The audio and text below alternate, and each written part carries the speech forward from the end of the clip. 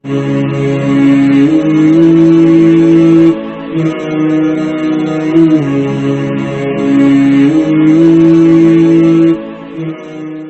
علیکم ورحمۃ اللہ وبرکاتہ۔ نحمدہ ونصلی علی رسولہ الکریم، اما بعد۔ قال اللہ تعالی فی القرآن المجید، اعوذ باللہ من الشیطان الرجیم، بسم اللہ الرحمن الرحیم۔ یا ایہا النبی انا ارسلناک شاہدا ومبشرا ونذیرا وداعیا الی اللہ باذنہ وسراجا منیرا۔ صدق اللہ العظیم۔ مجھے امید ہے کہ آپ تمام ساتھی خیر و عافیت سے ہوں گے۔ ایک بہت ہی ضروری مسئلے کے متعلق آپ حضرات کے سامنے جو ہے آنا ہوا ہے، حاضر ہونا ہوا ہے۔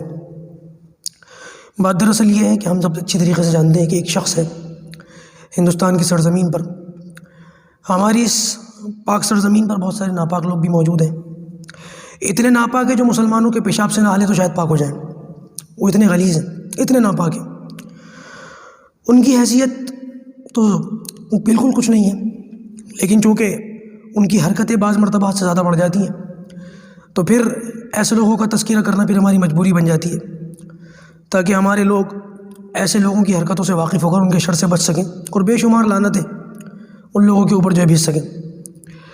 انہی شخصوں میں سے ایک شخص ہے جس کا نام ہے وسیم رضوی۔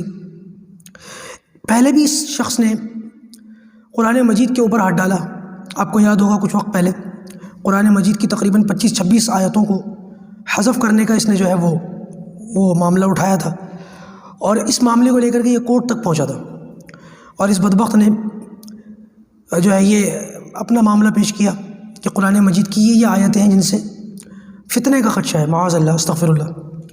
حالانکہ یہ بات یاد رکھیے گا کہ دنیا کے ہر مذہب میں، ہر قانون میں سیلف ڈیفینس کی جو ہے وہ تعلیم دی جاتی ہے کہ کوئی شخص بلا وجہ تو کسی کو پریشان نہ کرے، لیکن جب کوئی تمہیں پریشان کرے اور تمہارے جان پر یا تمہارے جو ہے مال پر، تمہاری عزت پر، تمہاری ناموس پر کوئی بات آ جائے تو آدمی اپنی حفاظت کر سکتا ہے۔ دنیا کے تقریباً تمام قوانین آدمی کو اس کی اجازت دیتے ہیں، مذاہب بھی اس کی اجازت دیتے ہیں، لیکن دین اسلام کو بنیاد بنا کر، قرآن مجید کو بنیاد بنا کر کچھ لوگ اس تعلق سے غلط فہمی پھیلاتے ہیں۔ لہٰذا ہوا یہی کہ اس شخص نے کچھ ٹائم پہلے قرآن مجید کے اوپر بے بنیاد باتیں کر کے سپریم کورٹ میں لے جا کر یا پتہ نہیں ہائی کورٹ میں لے جا کر اس نے جو اس قسم کی بات کی۔ ہوا یہ کہ وہاں سے بھی 50,000 روپے کا گوبر ان کے منہ پہ مارا گیا اور ان کو ان کی اوقات یاد دلا دی گئی۔ بہرحال اب حالت یہ ہے کہ انہوں نے نبی کریم صلی اللہ علیہ وسلم کا نام لے کر ایک کتاب لکھی ہے۔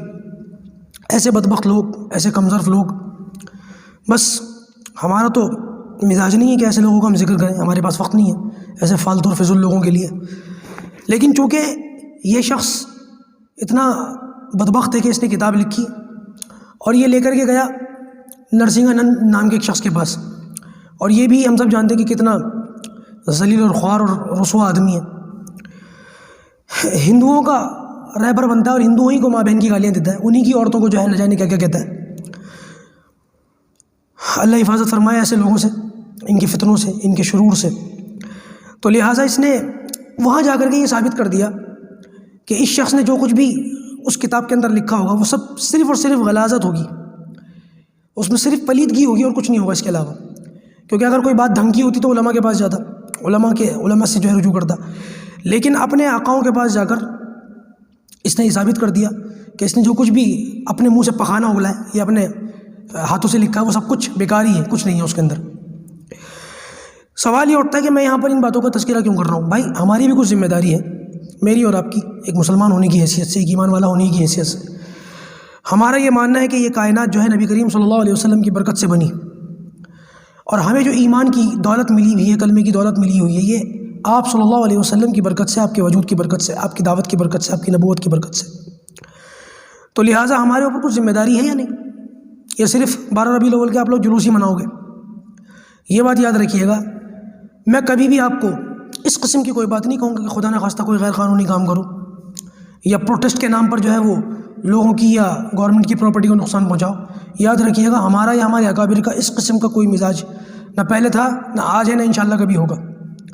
لیکن اس کا یہ مطلب نہیں ہے کہ بھائی اگر کوئی شخص اس قسم کی غلاظت بکے اور ایسے کارنامے کلم کلا کرتا رہے تو ہم بالکل ہی بزدل ہو جائیں، بالکل ہی اپنی بزدلی کو مصلحت کا نام دے کر کے ایک طرف کو نہ پکڑ کے بیٹھ جائیں، بھئی یہ مناسب نہیں ہے۔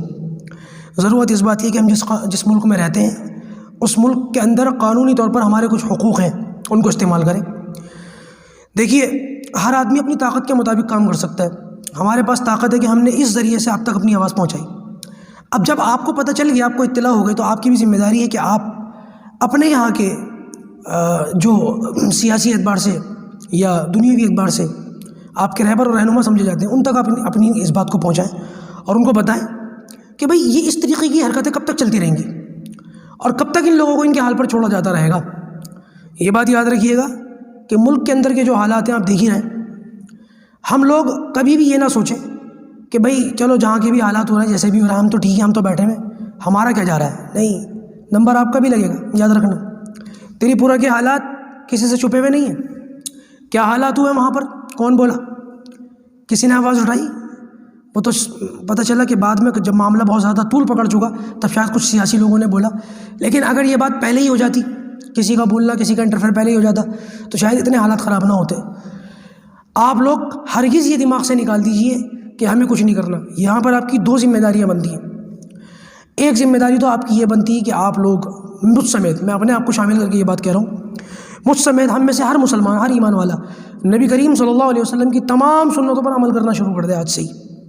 ابھی تک نہیں کیا، کوتاہی ہے ہماری، غلطی ہے ہماری۔ اس غلطی کو، اس کوتاہی کو جلد سے جلد دور کریں۔ ایسے فتنے اپنی موت خود مر جائیں گے۔ آپ صلی اللہ علیہ وسلم کی ہر چھوٹی سے چھوٹی سنت کو فوراً پکڑنے کی کوشش کریں، ہر چیز کو اپنے اندر لانے کی فکر اور کوشش میں لگ جائیں۔ اور دوسرا کام یہی کریں کہ ایسے فتنوں کو قانون کے دائرے میں رہ کر جواب دیں۔ اپنے سیاسی رہبر اور اپنے مقامی علماء کو ساتھ لے کر ان کے کان میں یہ آواز ڈالیں، ان کو بتائیں کہ اس صورتحال کے اندر ہمیں کیا کرنا چاہیے، وہ ہمیں مشورہ دیں اور ہماری رہبری بھی کریں۔ اور ہم لوگوں کو بھی یہ چاہیے کہ جب ہمارا کوئی بولنے والا، کوئی ہمارا تعاون کرنے والا، کوئی ہماری آواز بننے والا جب آواز بنے تو ہم لوگ اس کا تعاون کریں، اس کا ساتھ دیں، نہیں کہ اپنے کام دھندوں میں لگے رہیں۔ یاد رکھیے گا، کام دھندے اتنی بڑی چیز نہیں ہے، کاروبار اتنی بڑی چیز نہیں ہے۔ اللہ حفاظت فرمائے، اللہ حفاظت فرمائے۔ مجھے کہتے ہوئے، مثال دیتے ہوئے بڑا عجیب سا لگ رہا ہے، لیکن مادی ضرورتیں تو جانور بھی اپنے بچوں کی پوری کر دیتا ہے۔ صبح چڑیا نکلتی ہے، رات کو اپنے بچے کے لیے کھانے پینے کا بندوبست کر کے لے آتی ہے۔ تو اگر جانور بھی صرف اپنے بچوں کی مادی ضرورت پوری کریں اور ہم ایمان والے بھی صرف اپنے بچوں کی مادی ضرورت پوری کریں، تو ہم میں اور جانوروں میں کیا فرق ہے پھر؟ ہماری کوئی ذمہ داری ہے یا نہیں؟ ہمارے اندر کچھ غیرت وغیرہ باقی ہے یا نہیں؟ بھائی غیرت کو ثبوت دیں، اپنا جو ہے احتجاج جس طریقے سے بھی ہو درج کرائیں، اور جو بھی علماء کی جانب سے، ہمارے اکابر کی جانب سے اس سلسلے میں انتظار کیجیے۔ انشاءاللہ جلد کوئی نہ کوئی رستہ نکلے گا، کوئی نہ کوئی آواز اٹھے گی، اس کے مطابق عمل کریں۔ کوئی غیر قانونی کام نہ کریں، کوئی ایسی بات نہ کریں کہ جس سے جو ہے بلا وجہ آپ کو ہی اور پریشانی کا سامنا کرنا پڑے اور بلا وجہ مسلم کمیونٹی کو ہی بدنام کرنے کا موقع مل جائے کچھ لوگوں کو، کیونکہ ملک کے حالات ملک کی سطح پر تو بہت زیادہ خراب ہیں۔ خراب کرنے والے خراب کیے ہی جا رہے ہیں۔ اللہ حفاظت فرمائے۔ میں دعا بھی کرنی ہے اور ان حالات سے نکلنے کے لیے کوشش بھی کرنی ہے۔ اللہ پاک جو کہا گیا، سنا گیا، ہمیں اس پر عمل کرنے کی توفیق عطا فرمائے۔ اسلام دشمن طاقتیں، اللہ پاک ایسی طاقتوں کو ہدایت عطا فرمائے، اور اگر ہدایت نہیں ہے ان کے نصیب میں تو پروردگار عبرت کا نشان بنائے، عبرت کا نشان بنا کر ایمان والوں کی آنکھوں کو ٹھنڈا فرمائے۔ السلام علیکم ورحمۃ اللہ وبرکاتہ۔